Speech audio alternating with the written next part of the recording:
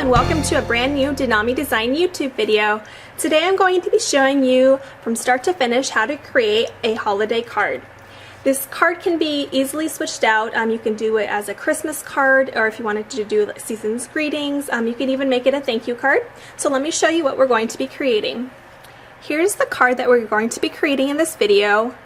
It's a really sweet little card. I just love this holly lantern. It's so elegant and beautiful, and it works really well. As you can see here, they have the happy holiday sentiment, but like I mentioned before, you can easily switch that out. So I'll show you a couple different options once we get started in this video. So for our card base, we're using a piece of sage cardstock, and this one is just our normal A2 size card. I just folded it in half. And for our first stamp, we're going to be using the D101, the small solid holly leaves. And then I'm going to be stamping that in the Versamark ink. Now, if you haven't used this ink before, it's a great watermark ink. And so it's great for like tone on tone. And also you can use this ink for when you do embossing. So I'm just going to stamp this on the left and the right of this piece of cardstock, because that's all that's really going to show.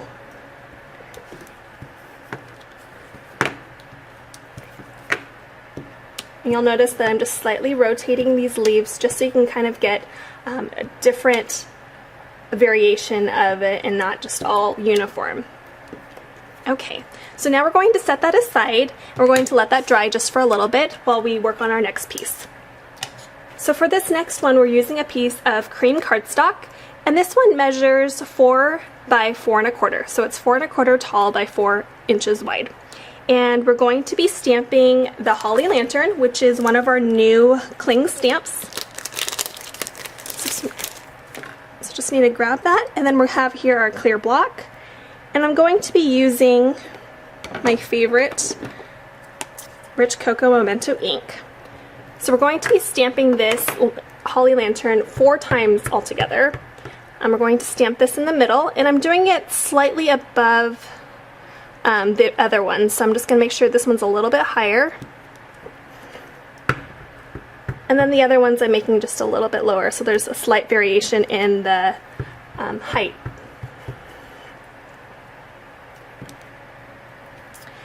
Okay, and then now you're also going to want to stamp an additional one on an extra piece of cream cardstock. I've already done that, so we're going to be moving on to the coloring part of this, and let's see here. Just going to zoom in slightly, and we are going to be using 4 different colors. I have just a yellow, a tan, a green, and a red, and the green matches the sage cardstock. Just wanted to blend all that in. So we're just going to be coloring the leaves, and I tried to stick to a minimum of the markers this time around because it's a little bit more complex, so I just don't want to mess around with a lot of different colors for the lanterns. And you'll notice that I didn't color the middle one of the 3 because we have done it on an additional piece of cream cardstock. I've already stamped it here and I colored it, and it's going to be actually dimensional in the middle. So that's the reason why I didn't color that. We're just going to do the candle wicks and the berries.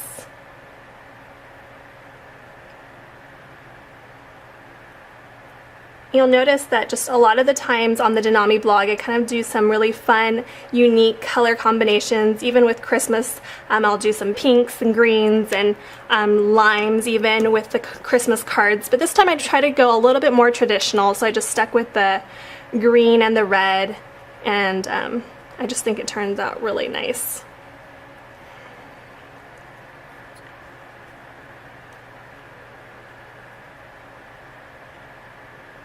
Okay, and now you can decide what color you want to do the candle. I just decided to do them sage.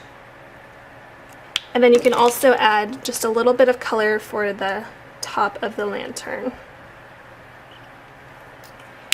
Okay, perfect. And then now we're just going to flip this to the side, and we're going to be using our N130, the stitched border, and I'm just going to stamp that so it looks like the lanterns are hanging. So you'll just want to be sure to be extra careful with this. It's a really delicate stamp, so you don't want to press too hard and get a double imprint.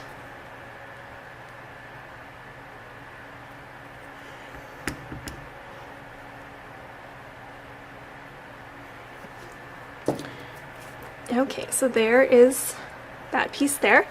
Now we can take this out and we're going to start to assemble this card.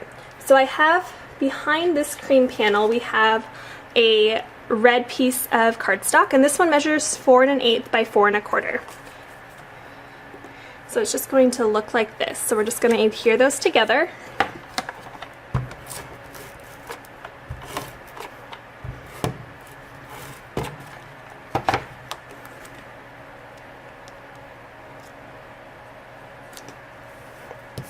Okay, and then now behind that I have already pre-punched just some scallops, and these are just scraps that I had. I used it on the brown craft. I'm going to add just a little bit of adhesive to both of these.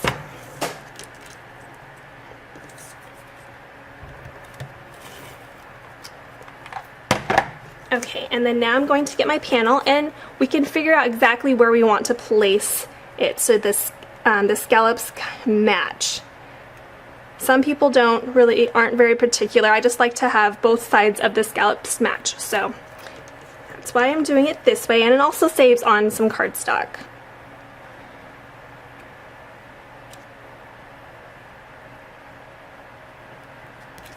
Okay, and then you can just determine how much of the scallops you want to show. I just have just a little slight one.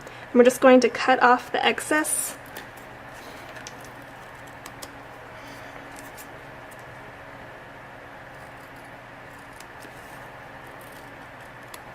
Okay, perfect. And now all those pieces are the same length, and the card is starting to shape up. So now we just need to stamp our sentiment here.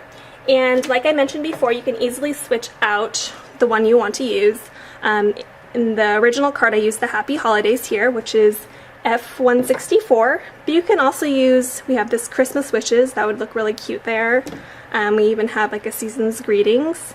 And then we also have a couple other ones, so if you wanted to look at the website, just pretty much any of the F size sentiments that are usually, the one-liner ones are usually the better ones that would work there.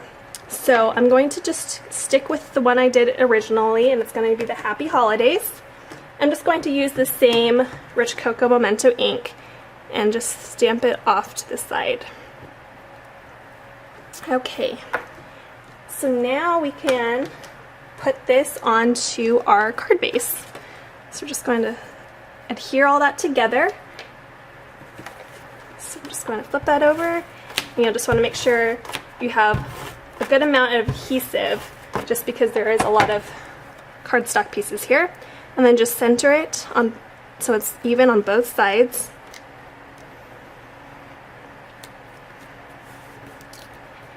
Okay, and then now we can add this extra piece of the holly lantern that we had done earlier. So you can easily pre-stamp a whole bunch of those and just add them to your cards. Okay, and you know what? I want to make it extra tall, so I'm just going to add another layer of the foam mounting tape. I just love dimension on my cards, so. And the reason that we stamped it on the original piece, so you can kind of know exactly where you want it to be. So that's why I've done it that way. Okay, so just covering the original one that we stamped.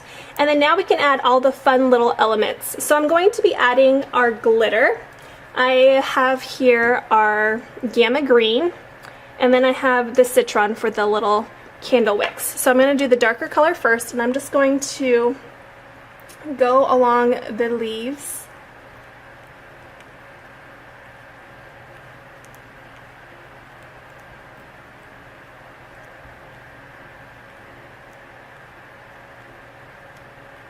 And if you wanted to make this extra glittery, you can even add some of our red glitter to the berries. that'll just be another step if you wanted to do that.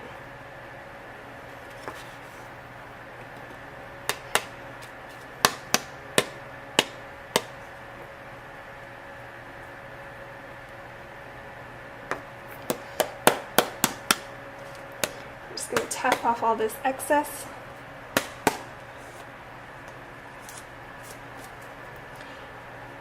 And you'll want to just make sure that when you are doing the glitter, that the sides that you had pre-stamped earlier are dry, or else the glitter is going to stick to that. So that's why I did that as the first step. Okay, now we're just going to add that little bit of citron glitter to the middle where the candle wicks are.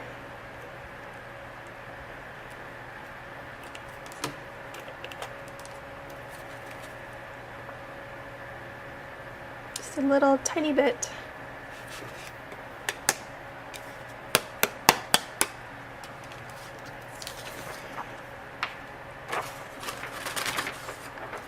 Okay, now for our very last part of this card, I have created just these little tiny twine bows.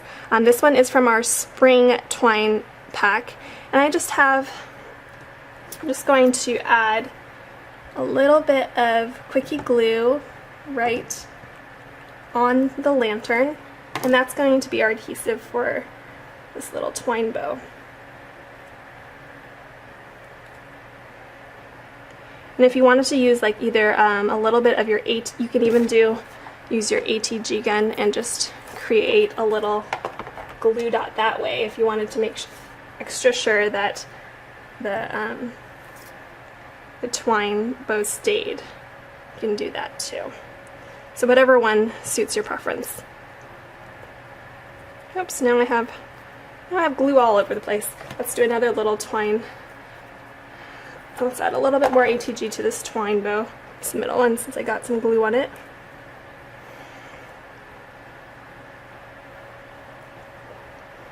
So this is just an extra little element. You don't have to add it to your card. I just thought it was it's a fun little addition, I thought. So anyways, here is the card. You can see it's just a really elegant card, and like I said, you'd be able to mass produce it quickly. You can just stamp the background one day and then a whole bunch of the lanterns, and then maybe do a whole bunch of pre-punching for the side panels. Even if you wanted to cut down on time, you could even just make the brown craft cardstock just straight so you don't have that extra step. But anyways, I hope you enjoyed this video. Thank you for watching, and we will see you again soon. Bye-bye!